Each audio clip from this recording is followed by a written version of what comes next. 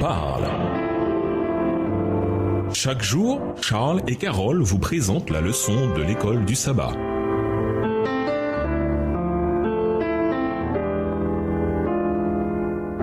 Bienvenue dans votre émission Dieu nous parle. Nous voilà au mardi 5 juillet. Limite. Le fait que l'humanité ait exercé la domination sur toute la terre, Genèse 1, le verset 26, signifie-t-il qu'il n'y a pas de limite à notre domination? L'histoire biblique indique que la domination, que l'on peut considérer comme une intendance, doit avoir des limites. Par exemple, Dieu a dit à Adam que l'arbre de la connaissance du bien et du mal était interdit d'accès. Voir Genèse 2, les versets 15 à 17. Le premier péché avait, par conséquent, un lien avec la gestion. Adam et Ève ont dépassé les limites que Dieu avait fixées à leur domination. La création souffre encore de ce franchissement des limites. Voir Romains 8, les versets 20 à 22. Lisons Exode 20, les versets 1 à 17. Quel genre de limites la loi de Dieu nous fixe-t-elle ici? Que nous dit la loi sur les limites de la domination humaine?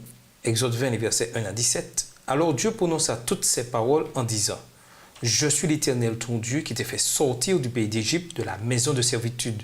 Tu n'auras pas d'autre Dieu devant ma face. Tu ne te feras point d'image taillée, ni de représentation quelconque des choses qui sont en haut dans les cieux, qui sont en bas sur la terre, et qui sont dans les eaux plus bas que la terre. Tu ne te prosterneras point devant elles, et tu ne les serviras point. Car moi, l'Éternel ton Dieu, je suis un Dieu jaloux, qui punit l'iniquité des pères sur les enfants jusqu'à la 3e et la 4e génération de ceux qui me haïssent, et qui fait miséricorde jusqu'en 1000 générations à ceux qui m'aiment et qui gardent mes commandements. Verset 7. Tu ne prendras point le nom de l'Éternel ton Dieu en vain, car l'Éternel ne laissera point impuni celui qui prendra son nom en vain. Souviens-toi du jour du repos pour le sanctifier. Tu travailleras 6 jours et tu feras tout ton ouvrage. Mais le 7e jour est le jour du repos de l'Éternel, ton Dieu. Tu ne feras aucun ouvrage, ni toi, ni ton fils, ni ta fille, ni ton serviteur, ni ta servante, ni ton bétail, ni l'étranger qui est dans tes portes. Car en 6 jours, l'Éternel a fait les cieux, la terre et la mer, et tout ce qui y est contenu, et il s'est reposé le 7e jour. C'est pourquoi l'Éternel a béni le jour du repos et l'a sanctifié. Honore ton père et ta mère, afin que tes jours se prolongent dans le pays que l'Éternel ton Dieu te donne. Tu ne tueras point. Verset 14. Tu ne commettras point d'adultère, tu ne déroberas point, tu ne porteras point de faux témoignages contre ton prochain.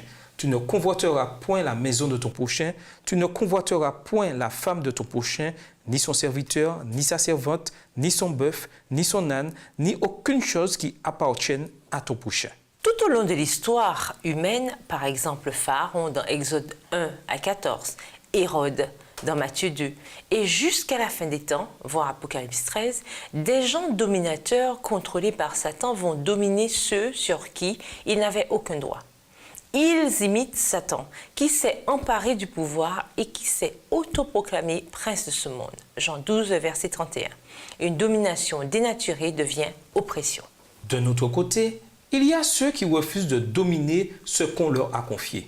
Voir Matthieu 25, les versets 14 à 30, Luc 19, les versets 12 à 27. Bien que le péché ait amené l'humanité à perdre le niveau de domination donné à la création, notre domination originelle n'a pas été totalement perdue. Il reste encore beaucoup de choses dont nous sommes responsables. Par exemple, la maîtrise de soi que donne le Christ dans notre vie. Voir 1 Corinthiens 9, les versets 25 à 27, Galates 5, les versets 22 et 23.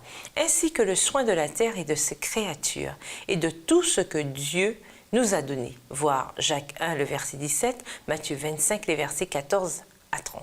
En tant que chrétiens, nous devons comprendre où se situent nos limites et agir pour être de fidèles gestionnaires à l'intérieur de ces limites. Quelles sont les limites particulières que nous devons respecter concernant les autres, comme la famille, les amis, les collègues? Quels principes nous aident à déterminer quelles sont ces limites? Voir par exemple Matthieu 7, les versets 1 et 2. Et nous vous laissons avec cette question de réflexion. De quelle manière exerçons-nous encore une autorité sur la création de Dieu? Au revoir. Et à demain si Dieu veut. Dieu nous parle. Chaque jour, Charles et Carole vous présentent la leçon de l'école du sabbat.